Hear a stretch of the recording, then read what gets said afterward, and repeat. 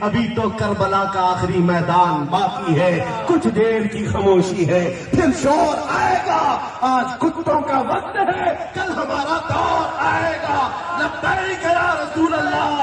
आपके सामने हूँ और अल्हम्दुलिल्लाह आपको मैं बता रहा हूँ, मैं कोई क्रिमिनल नहीं हूँ। हमारे देश को ये हुआ क्या है?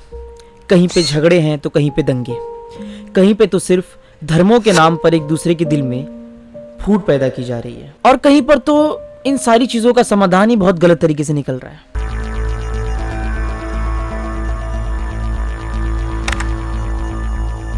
और ऊपर से हमारा देश अब जहालत की तरफ तो बहुत तेजी से बढ़ता जा रहा है। मतलब कि अगर मौलाना साहब ने कुछ शेरो शायरी कर दिए तो उनको सीधा जेल में डाल दो, और गवर्नमेंट इस चीज की अथॉरिटी भी देती है।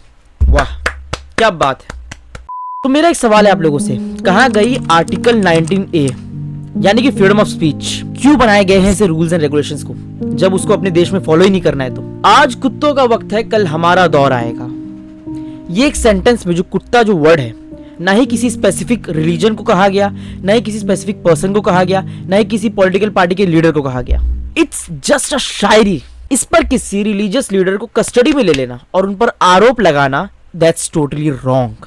कम से कम वो किसी को ये तो नहीं कह रहे कि दूसरों की धर्म की लड़कियों को जाकर के पटाओ, उनसे बच्चे पैदा करो। वो किसी के खिलाफ भड़का तो नहीं रहे, वो कुछ गलत तो नहीं कह रहे, कुछ गलत इन्फ्लुएंस तो नहीं कर रहे लोगों को। लेकिन गोरखपुर से एक मुसलमान ने एक पैरवी कर दी, एक अधिवक्ता था, वह जाके कोर्ट में एक अपील कर दिया। उसने कहा कि उत्तर प्रदेश में और जगह तो हिंदू बालिकाएं जाती होंगी, लेकिन गोरखपुर में मुस्लिम बालिकाएं हिंदुओं के घर में आती हैं। और जो लोग कहते हैं तो उन लोगों पर एक्शंस क्यों नहीं लिए जा रहे हैं? एक आंख में सुरमा और एक आंख में काजल, ऐसा तो नहीं चलेगा ना भाई। तुम भी इस देश के नागरिक हो और हम भी इसी देश के नागरिक हैं। जितना हक तुम्हें है फ्रीडम ऑफ स्पीच का, उतना ही हक हमें भी है। इट्स जस्ट कि तुम्हारे हाथ में अथॉरिटी है अभी, तो तुम सही को गलत और गलत को सही लिख दो। हम इस देश के नागरिक है भाई, भले ही मिनॉरिटी है, लेकिन मैं सच और हक बोलने से पीछे नहीं हटने वाला। अगर मौलाना साहब ने किसी भी तरह की टेररिज्म वाली बात की होती, किसी दूसरे रिलीजन को गाली दी होती, किसी की तरफ उंगली करके उनके खिलाफ बोला होता, कुछ दंगे फसाद करने वाली बातें की होती, या फिर किसी लड़की के खिलाफ या फिर किसी भी खिलाफ अगर उन्होंने कहा होता, तो मैं खुद कभी उनको सपोर्ट नहीं करता। मैं उनको आकर के जिस तरह आज मैं उनके सपोर्ट में वीडियो बना रहा हूं, उनके खिलाफ में वीडियो बनाता कि ये उनका ये लफ्ज गलत था। But I don't find anything wrong in this. हम इस देश में रहते हैं जहां पे फ्रीडम ऑफ स्पीच सभी को दिया गया है, सब एक दूसरे के लिए बोल सकते हैं, अपना पॉइंट ऑफ व्यू रख सकते हैं। मैं भी अपना पॉइंट ऑफ व्यू रख रहा हूं अपने चैनल पर। अब मेरी किसी वर्ड को अंडरलाइन कर करके फिर मुझे भी केस पे और कस्टडी में डाल दिया जाए तो वो तो बात की बात है, वो तो फिर खेल है, खेल लो। इतना नीचे कैसे गिर सकते हो भाई? मैं तो पहले सोच रहा था कि अभी ये सारे लफड़े क्यों हो रहे हैं। कभी मंदिर मस्जिद के लिए, कभी मीरा रोड पे, कभी मार्केट्स तोड़ी जा रही है, कहीं पे स्लम रिडेवलपमेंट के नाम पे चीजों को हटाया जा रहा है, तो कभी ये लफड़े हो रहे हैं, कभी मौलाना साहब को लेकर के चले जा रहे हैं। क्या क्यों अभी इतना सारा क्यों हो रहा है? मैं सोच रहा था, तभी मेरे घर के दरवाजे पे एक दस्तक हुई। मैं उठ के गया, दरवाजा खोला तो सामने वाले बंदे ने पूछा, भाई आपका वोटिंग आईडी कार्ड बना है क्या? तो दोस्तों ये साल है इलेक्शंस का, और इन लोगों के पास खोखली धमकी और अंधभक्ति के अलावा कोई दूसरा ऑप्शन नहीं है आप लोगों को इन्फ्लुएंस करने का।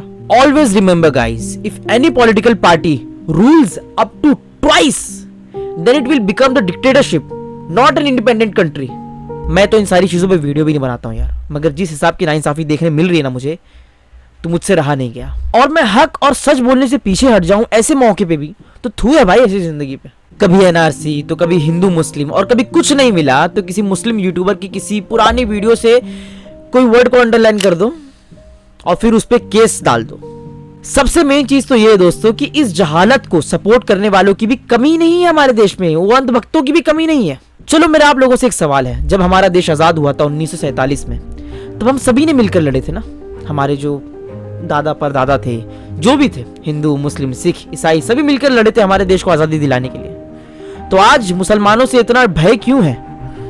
क्यों डर रहे हैं लोग? क्यों मुसलमानों को अलग किया जा रहा है? जिसके साथ में स्कूल पढ़ रहे हो, खा रहे हो, पी रहे हो, घूम रहे हो, जी रहे हो, उसी दोस्त को देश से निकालने की बात होती है तो उस पर फक्र करते हो। और जो बेसिकली जो लोग झगड़े और फूट लगा रहे हैं, तुम उनको सपोर्ट कर रहे हो। It's very delusional guys, you have to think about it.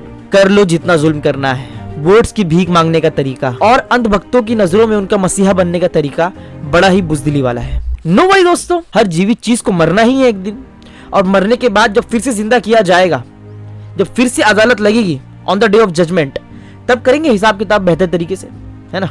मैं आप लोगों से अपनी वीडियो के थ्रू यही मैसेज पहुंचाना चाहता हूं कि जितना हो सके मुफ्ती साहब को सपोर्ट करिए। आप लोग ट्विटर पे ट्वीट्स करिए और मेरे वीडियो के कमेंट सेक्शन में आकर के अपना ओपिनियन दीजिए, और जितना हो सके इस वीडियो को शेयर करिए दोस्तों, ताकि ये अवेयरनेस लोगों तक पहुंचे। इंशाअल्लाह जल्द से जल्द वक्त बेहतर आएगा और उनको बाहर निकाला जाएगा। तब तक के लिए remember the name Hasan Ansari, signing off today. खुदा हाफिज दोस्तों।